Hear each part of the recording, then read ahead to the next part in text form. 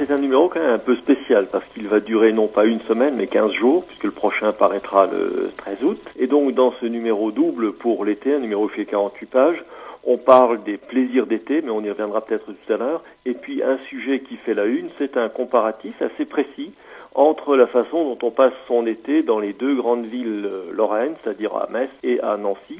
Et donc on essaye de poser la question, où vit-on le mieux en été en Lorraine ? Y a-t-il un début de réponse que l'on peut avoir sans tout déflorer bien sûr de cette enquête ? Oui, Nancy s'en sort pas mal. Nancy s'en sort pas mal. Disons, ce qui est frappant, c'est le parallélisme entre les deux villes, parce qu'un certain nombre de mesures sont devenues des grands classiques des grandes villes. Bon, Metz-Plage, Nancy-Plage, il y a des spectacles son et lumière, il y a de l'animation.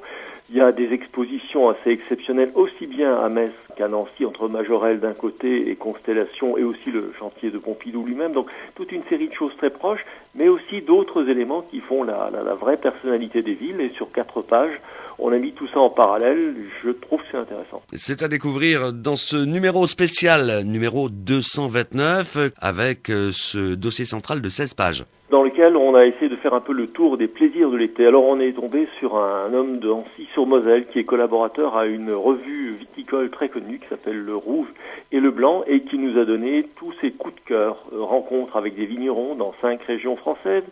On a fait le tour bien sûr aussi de toutes les grandes manifestations qui existent en ce moment en Lorraine, aussi bien le Vent des Forêts que l'Expo Napoléon, que l'Expo Gallet, enfin tous ces éléments-là, des pages jeux, des pages albums aussi, des pages illustrées aussi bien sur Metz que sur Montigny-lès-Metz.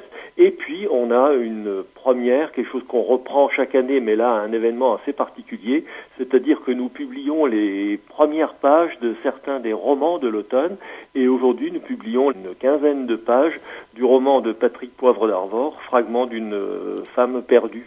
Et c'est une première nationale que réalise la semaine. C'est à lire dans ce numéro 229 qui n'oublie pas quand même l'actualité turvilloise. Non, on continue à faire le tour de nos différents sites. Metz et Nancy, on en a parlé.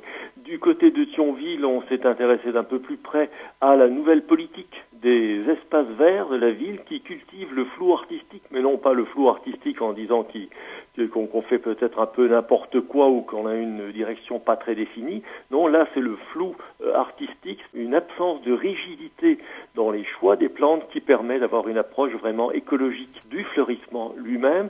Et du côté de la Moselle-Est, eh bien on s'intéresse de beaucoup plus près à la future mairie de Frémin-Merlebac qui respectera, c'est promis, tous les critères environnementaux.